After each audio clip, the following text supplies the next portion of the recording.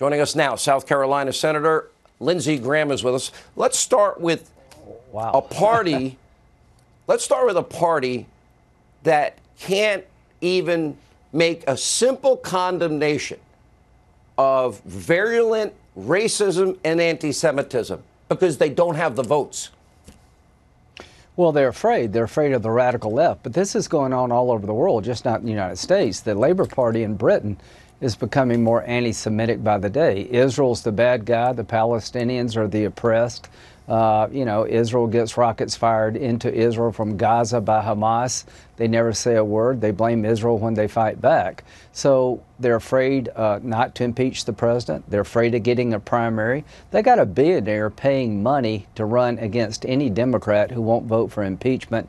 They got the radical left threatening to have a revolt inside the Democratic Party if you stand up against anti-Semitism because they hate Israel so much. That's pretty odd.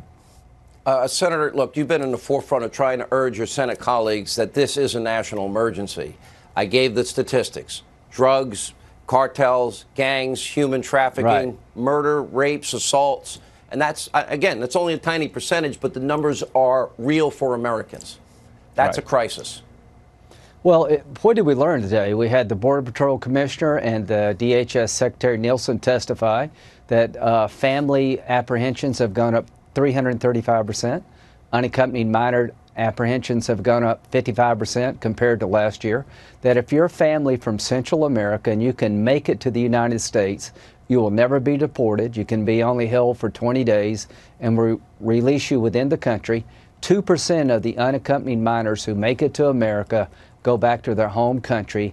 Our laws are broken and we need a barrier. The most stunning testimony was a man who's been dealing in sex trafficking, a law enforcement official, and he said that most children brought into America come across the open area of the border because the smugglers are afraid to go through the points of entry. 87% of the people apprehended coming here illegally from Central America never go through a point of entry. We need barriers and we need to change our laws. Senator, so the president, the Congress will veto, the president will veto. Congress doesn't have the votes to override the veto. Conclusion, Donald Trump gets the money to build his wall or continue to build the wall that he's been building. Trump wins. That's the conclusion here. Will sustain his veto. And let me remind your viewers that for every unaccompanied minor that comes to the United States, it costs us $375 a day to house these minors. They go through hell to get here. And on average, we're spending $136,000 per kid from the Treasury. This is a crisis. $1.6 billion going to be spent. We're approaching 1 million illegal immigrants by the end of the year. Our laws reward people for coming. We need to change our laws and we need to build a wall. Trump is going to win in Congress on the wall, and I'm going to pursue legal changes to make sure you can be held more than 20 days, that you're not going to be released into the country before you have an immigration hearing. If we don't stop that, they will always keep coming. Well said. All right, Senator Graham leading in the Senate. Some of your colleagues, they need to grow a backbone or retire.